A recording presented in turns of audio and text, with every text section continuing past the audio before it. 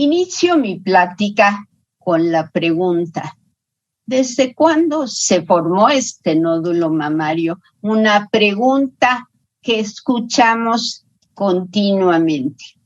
Les presento para el inicio de esto un caso clínico que vimos la semana anterior, un caso común. Esta es una mujer joven de 29 años que en una excursión de jóvenes se decidieron hacer una palpación de la glándula mamaria y ella encontró un nódulo mamario. Este nódulo estaba en el cuadrante superexterno, las medidas eran 6x7x5, que se corroboró en el ultrasonido que ustedes ven, y la biopsia resultó en ser un carcinoma ductal invasor triple negativo. Había su lado carcinoma in situ y tenía una altísima proliferación. Esta joven tenía antecedentes familiares importantes de cáncer de mama, cáncer de páncreas y tenía un tabaquismo moderado. No tenía hijos y no usaba anticonceptivos. Vamos a iniciar esta plática analizando varios terrenos: el nódulo mamario, los riesgos y sin duda el huésped y lo que hay en el cáncer de mama temprano. El tiempo de desarrollo del nódulo mamario: uno de 12 nódulos es cáncer, uno de 5 microcalcificaciones es cáncer. Generalmente también puede crecer por simple división y al ser detectado es que se divide 30 veces antes para poderse haber sido detectado. El tiempo puede ser 1 a 2 meses su división, pero la percepción de un tumor puede ser 2, 3 y hasta 5 años.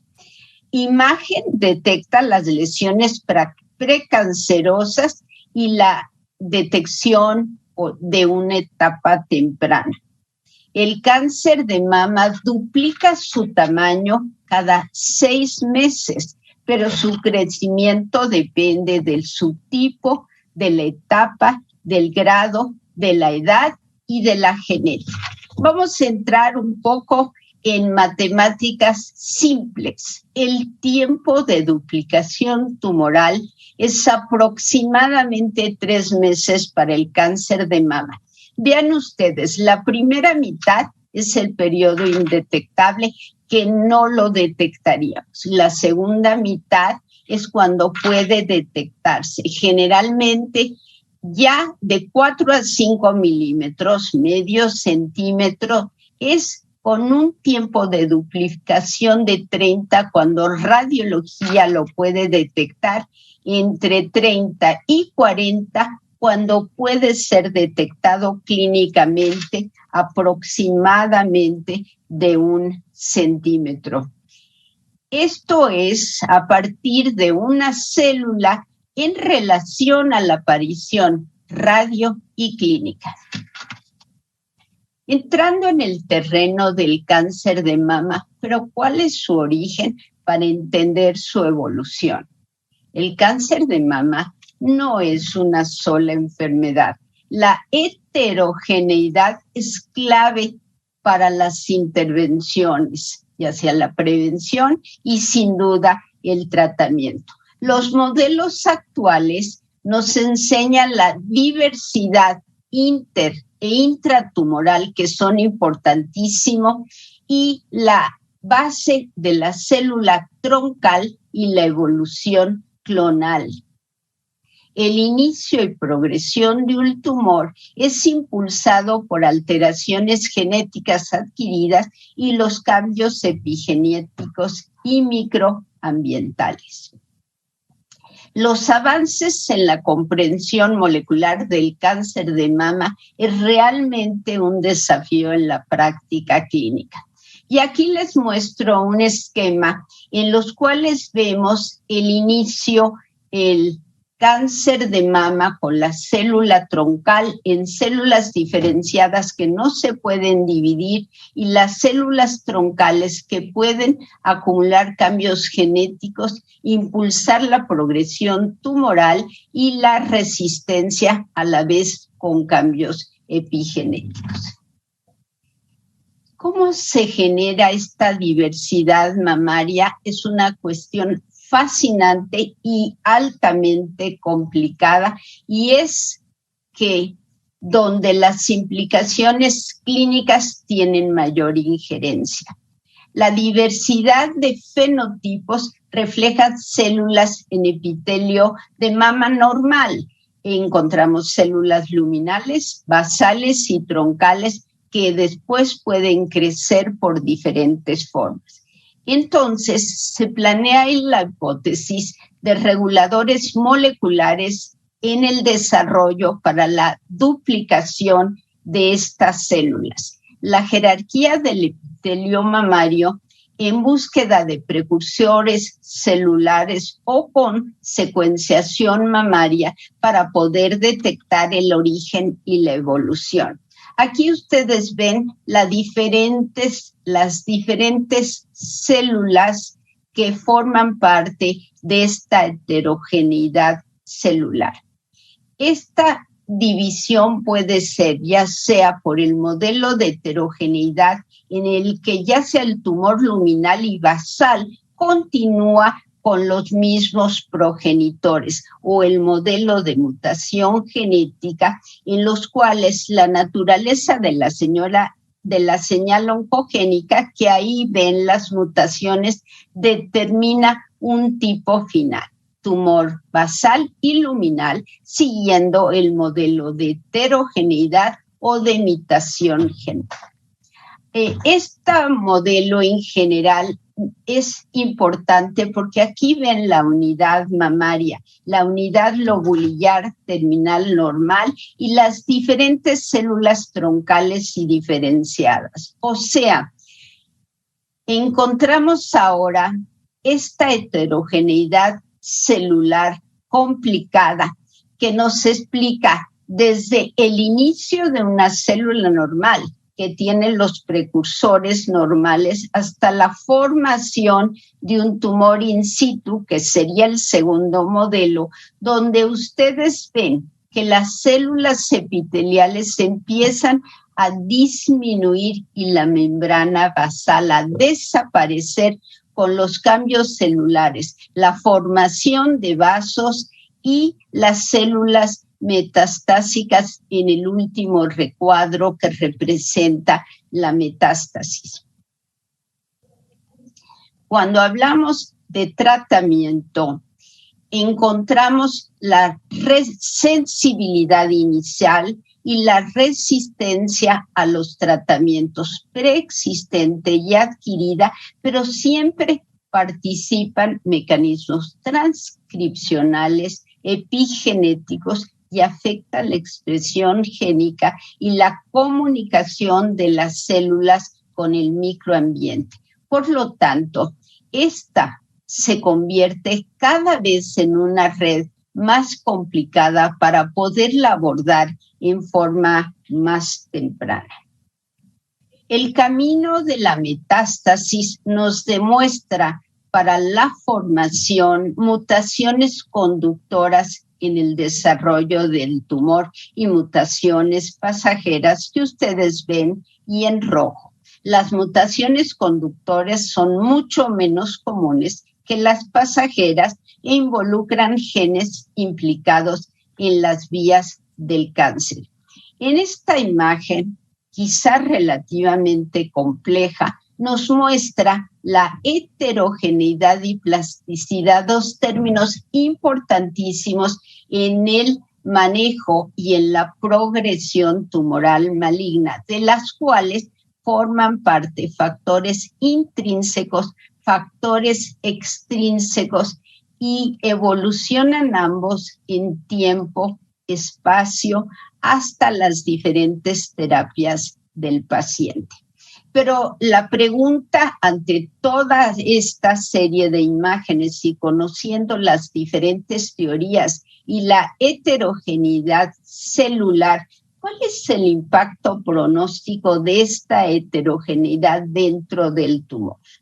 Ustedes ven las dos curvas, la primera y la segunda, en que nos hablan que la relación de la heterogeneidad intratumoral y encontrar un resultado clínico es muy complejo cómo abordarlo y está influida por el grado de diversidad clonal entre los diferentes impulsores dentro del tumor y el grado de inestabilidad genómica. Pensando que en algún momento tenemos que buscar alguna forma que podemos ingerir para el tratamiento temprano del cáncer de mama, déjenme mencionarles en esta diapositiva que surge por qué diferentes alteraciones genéticas marcan un diferente comportamiento en el cáncer de mama. Por ejemplo, las afroamericanas en Estados Unidos tienen tumores más agresivos que las europeas americanas.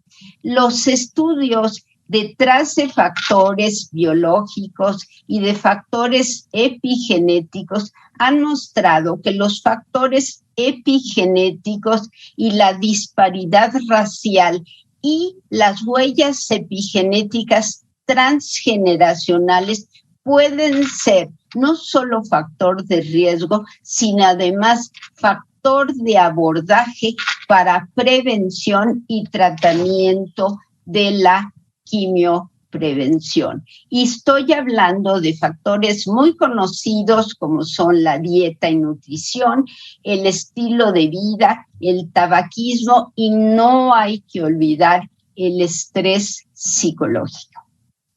Para entrar un poco más en esto de la epigenética y los factores de riesgo en la diversidad racial, se han encontrado genes supresores de tumores relacionados a la metilación y a la epigenética que están en relación de la diferenciación y sin duda impactan importantemente el pronóstico. Llegando a nuestro caso y tocando estas diversidades epigenéticas y raciales, vamos a hablar un poco del tabaco. El tabaco contiene, como sabemos, una amplia gama de compuestos cancerígenos. El doctor Arrieta nos mencionó, y disruptores endocrinos que pueden causar y tener relación con el cáncer de mama. Lo que sí sabemos es que el tabaquismo en el momento del diagnóstico de cáncer de mama se asocia a una baja supervivencia. En modelos de cultivo celular 3D, para estudiar la tumorigénesis que ustedes pueden ver desde la célula luminal, los diferentes pasos hasta la hiperplasia atípica, que generalmente ya se trata, y la tumorigénesis. Entonces, son vías en las que podemos estudiar y aplicar terapias tempranas. Esto es como la arquitectura de todo lo que acabamos de decir en modelos de cultivo celular. Entonces, ustedes ven todos los factores que participan en la arquitectura del tumor mamario y de la glándula mamaria. Tenemos la transición epitelial mesenquimal, la apoptosis, tenemos los factores en relación al crecimiento y a la resistencia, a la genética y a la epigenética, lo que nos hace cada vez más complicado. Nuevamente podemos ver la progresión de diferentes formas y ustedes ven que aparecen algún tipo de célula en la displasia, se van llenando y aparecen diferentes células que están marcados, nuevos vasos y estos vasos de neoformación apoyan la metástasis y el transporte de moléculas derivadas de células y del microambiente tumoral. Entonces, si estamos hablando de tiempo, de la displasia al carcinoma pueden ser 10 a 20 años. Y al cáncer invasor de 1 a 10 años podría. Entonces, realmente el factor del tiempo de lo no detectable es un proceso relativamente largo. Seguimos ahora teniendo el panorama en estrategias no invasivas para la detección temprana del cáncer de mama. ¿Qué factores podemos estudiar? La sangre, la orina, la saliva, y ahora hay estudios en relación al aliento. A través de varios estudios muy confiables, la genómica, la proteómica y sin duda el sistema inmune con diferentes biomarcadores y diferentes técnicas. Sin embargo, se requiere para cada uno de estos todavía validación clínica y analítica. En el estudio del genoma mamario, el doctor Perú ha hecho esta imagen que me parece formidable en este atlas genómico, en el que relaciona las características histológicas, las que todos conocemos. Son 12 tipos de histología en el cáncer mamario, su relación con las características moleculares y según va entrando en la concentración, factores de riesgo, factores inmunológicos, factores mutacionales, hasta entrar en los tipos moleculares del cáncer de mama, que es lo que tratamos. En este caso fue un triple negativo de alta proliferación, que quiere decir que llegamos a lo que sabemos en la clasificación molecular y los estudios de expresión genética en el cáncer de mama. En el mismo estudio del Cancer Genome Atlas del cáncer de mama, encontramos una serie de mutaciones moleculares muy complejas que según el color es su intensidad, la pérdida o ganancia de ellos, y por otro lado las mutaciones germinales que se asocian al cáncer de mama. No para seguir en algo más complejo, pero sí muy importante, es la interacción inmune en el cáncer de mama. En esto, que creo que es un poco más fácil de saber esta interacción, hay factores pro-tumor y antitumor, pero no podemos olvidar que la reacción inmune al cáncer es iniciada por los neoantígenos y de las células tumorales. Y la respuesta inmunitaria ante tumor por moléculas de punto de control crea un microambiente protumoral. Ustedes ven acá los inhibidores de punto de control regulados por linfocitos efectores por exposición a neoantígenos tumorales. Y a través de cada uno de estos efectores hay la creación de un sistema en favor y otro en contra del tumor. No podría yo acercarme a un final sin hablar de los factores del riesgo de cada uno de los días en las pacientes. Los antecedentes familiares, la predisposición genética, los antecedentes reproductivos, la radiación ionizante y las hormonas, de las cuales un poco tenemos que hablar. Aquí está la anatomía del conducto, una corte del conducto donde se ve el epitelio normal, nuevamente la hiperplasia, hasta el carcinoma ductal in situ con más células y el carcinoma invasor. lo importante que quería traerlos aquí es que estas 3 casillas ya reciben quimioprevención y posterior ya el carcinoma ductal in situ, el cual probablemente sea un nombre erróneo, y el carcinoma invasor requieren su tratamiento. No olvidar, por favor, que la genética del cáncer, aun cuando hay un riesgo familiar importante, solo lo hay en un 10% y es hereditario en un 5 o 10%. Para no olvidar y llegar a los factores hormonales, en dirección a las raíces de la prevención del cáncer de mama, se ha estudiado, por ejemplo, que la ruta inferior en la vía de la progesterona pueden ser algunos de los métodos efectivos para la quimioprevención. Creo que pensar en las hormonas es una parte importantísima de la quimioprevención y esto nos lleva a los estrógenos.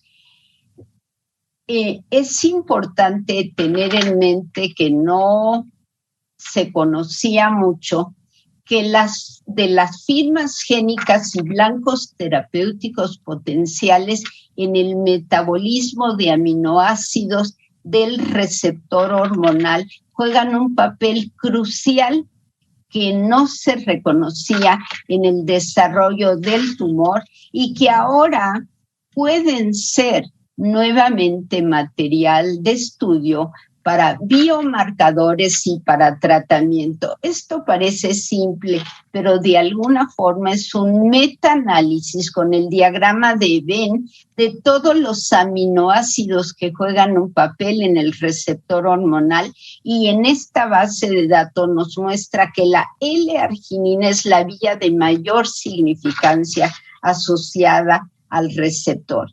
Entonces, siendo la progesterona una de las que contribuye más en la proliferación y expansión de las células madre progenitoras en el cáncer de mama, se ha estudiado en relación a la progesterona también estrategia de usar factores que limiten esta expansión de la célula troncal y progenitora para poder estudiar y aplicar quimioprevención en cáncer de mama. Y aquí hay 2 agentes, un modulador selectivo de la progesterona, cuyo nombre está aquí, y un inhibidor del RANK, que inclusive tiene efecto óseo y efecto mamario.